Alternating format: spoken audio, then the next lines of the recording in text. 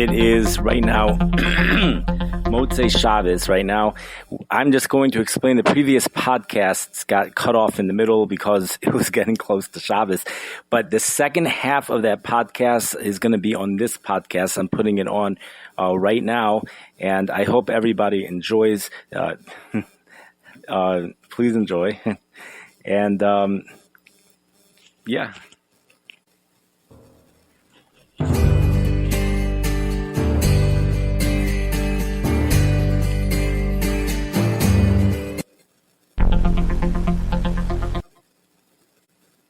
Santa Ana winds are developing perhaps because of a high-pressure system located on the border of Idaho, Montana, and Wyoming. That high-pressure system is going to be moving into Texas tomorrow. But let's stay focused on to the southeast California.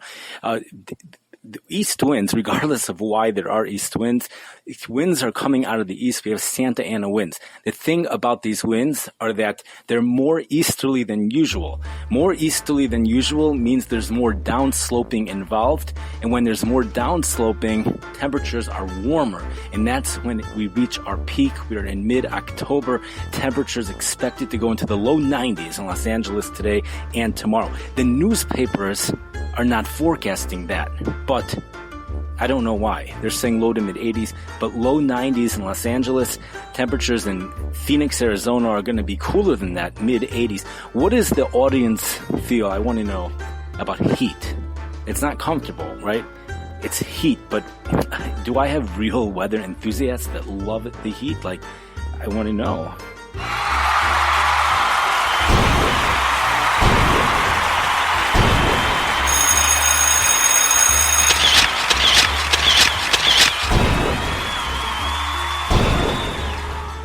Oh, the audience loved that. I can tell. We had bells, we had guns, we had cameras, people, I don't know, they were taking pictures of. So I see we do love heat. That's wonderful. That means I do not have a normal audience in front of me. We have true weather enthusiasts. But I do want to know, what does everyone feel about those severe storms? Well, what does everyone feel about the rain? Let's start off with that.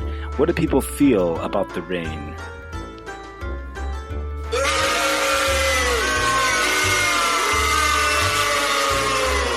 Really? Yeah, I guess because it's boring, right? It just rain. What if there's thunder added to that rain? Thunder added to the rain. I don't hear a response. That's amazing. What if it's almost a severe thunderstorm? Oh, because it's almost there, but not quite, right? What does the audience feel? Oh, here it comes.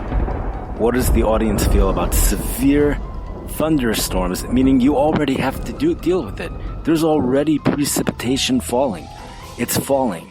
So now you have a severe storm. You get to watch trees blow down onto I'm glad you got that hooray in first, because blow down onto power lines. What is that? Now, I hope people are not hooraying. I already know I have a sensitive audience in front of me. So, but the hooray must have been at the whole site.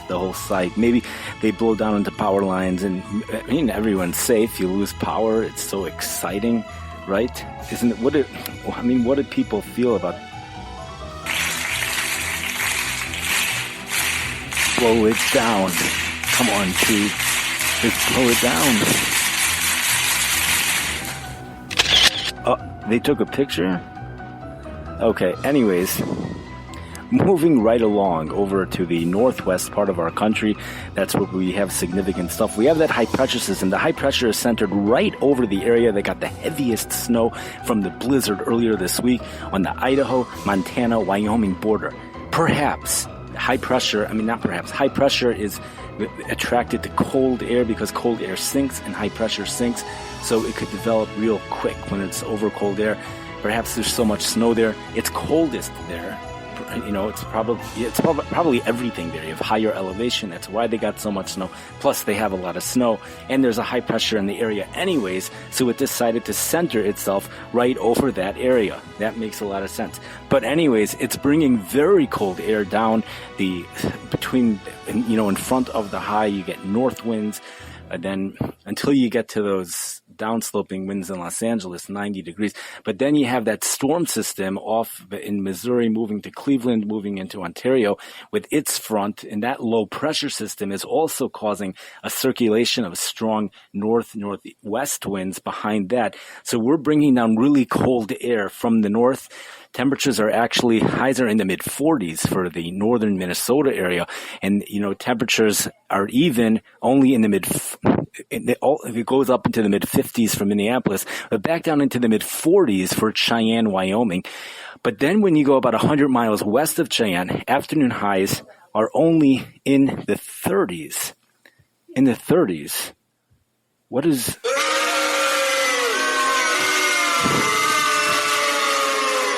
you guys don't like 30s, right? I don't know what that means. That's above my head. Anyways, now which state has the most ridiculous temperature inversion? What state is it? Well, we have the largest contrast in temperatures over a couple of states. Arizona goes from the 50s in the north, 60s, 70s, 80s in the south. Texas does something very similar. New Mexico does something almost similar. But what state has an absolutely crazy situation?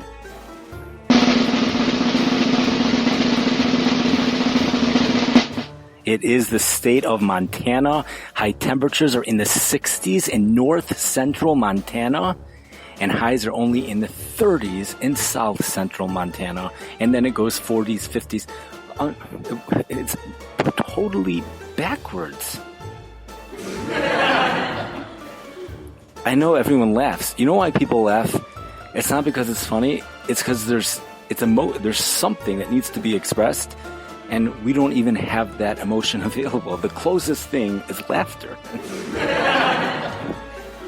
Because when things are backwards and upside down, usually it's humor and we laugh. This one doesn't quite fit the humor. I don't know why, but the laughter's the closest thing that we have. What do the people in north central Montana think about the fact temperatures are in the 60s?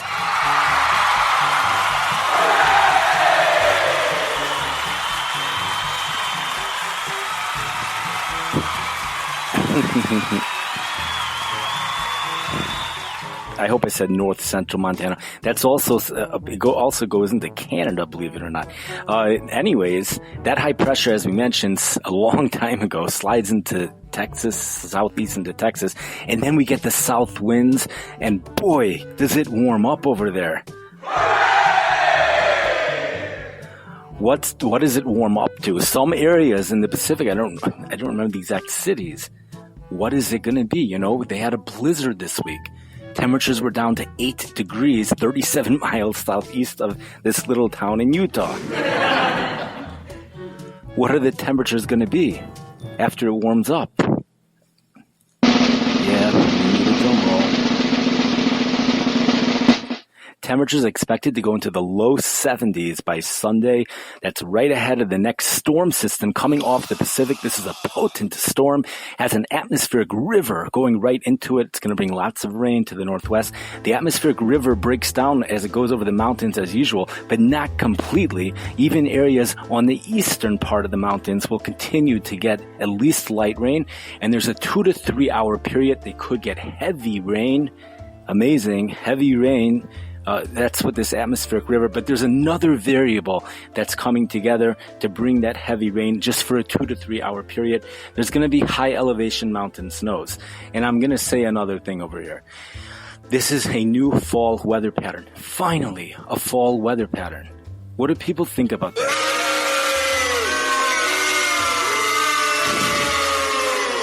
I know. I really wanted that summer weather pattern. Chicago, dew points have been above 60 for the month of October, all the way through the 11th. From October 1st to October 11th, the temperature never dropped under 61 degrees, and temperatures still have never dropped under 50 degrees.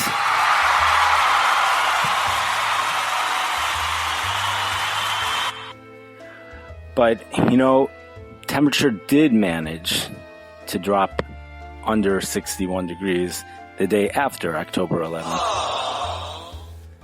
I know. If only we could have kept the record going.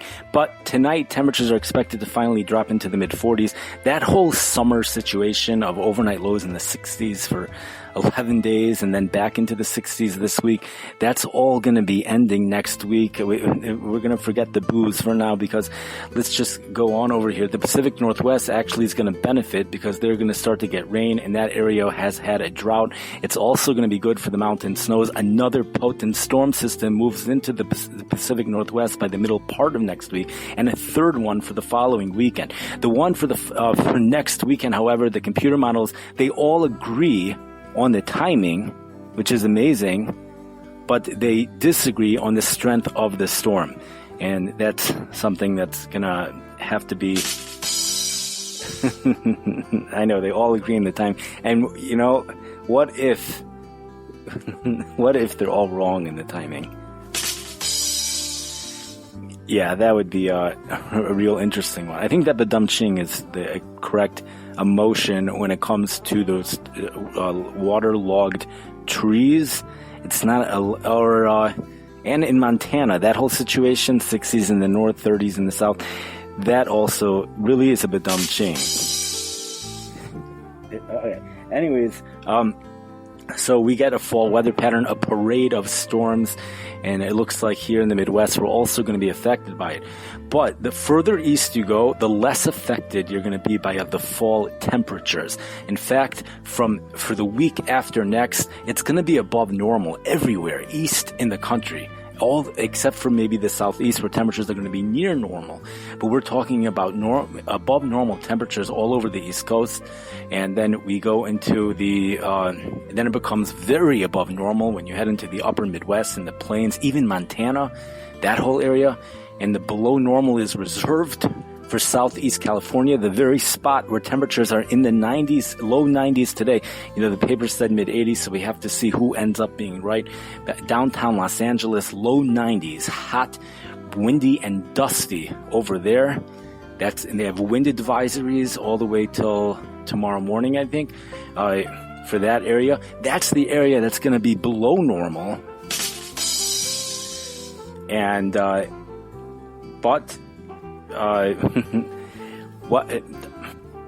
so you have so what did I mean that the fall temperatures are going to be affected? So you know what? I don't know what I meant by that.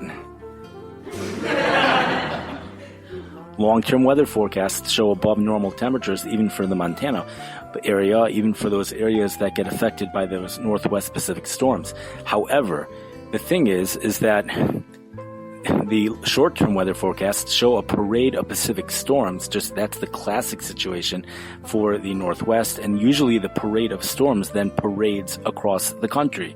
That's the way it goes. The storm system coming onto the coast on Sunday is coming out of the Gulf of Alaska, and there's some energy that came out of Hawaii, an area close to Hawaii, that is getting moved into this storm. And I just love it because we have the very two states, of the United that belong to the United States. It happens to be both of them are producing energy that's colliding, as if like there's achdus, there's unity. They both belong to the same country, and then they are, that's not the right one. And then they're coming over to this country, and they are going to be producing that low pressure system slides southeast. And if you look on the Tribune weather map for next week, it's total chaos. I can never read that weather map with all the low pressure systems and high pressure systems. So, but it's always like that. So I don't know. I'll have to figure out how to read those 7 weather maps for next week. Anyways, I want to discuss the freeze warnings affected Minnesota, but it looks like I'm going to have to go. But let's do it real quick and see if I can make it through. Actually, I'm going to have to go. It is time for, well, let's go. There's freeze warnings in effect for areas in Minnesota, North Dakota, South Dakota, Nebraska, even north central Kansas. What's amazing about that is that a freeze warning means that the growing season has not ended yet. There's still a growing season, even for tonight. And Minneapolis, Minnesota says this is going to be the very first frost of the season. Thank you for listening. I wish everybody a wonderful Chavez.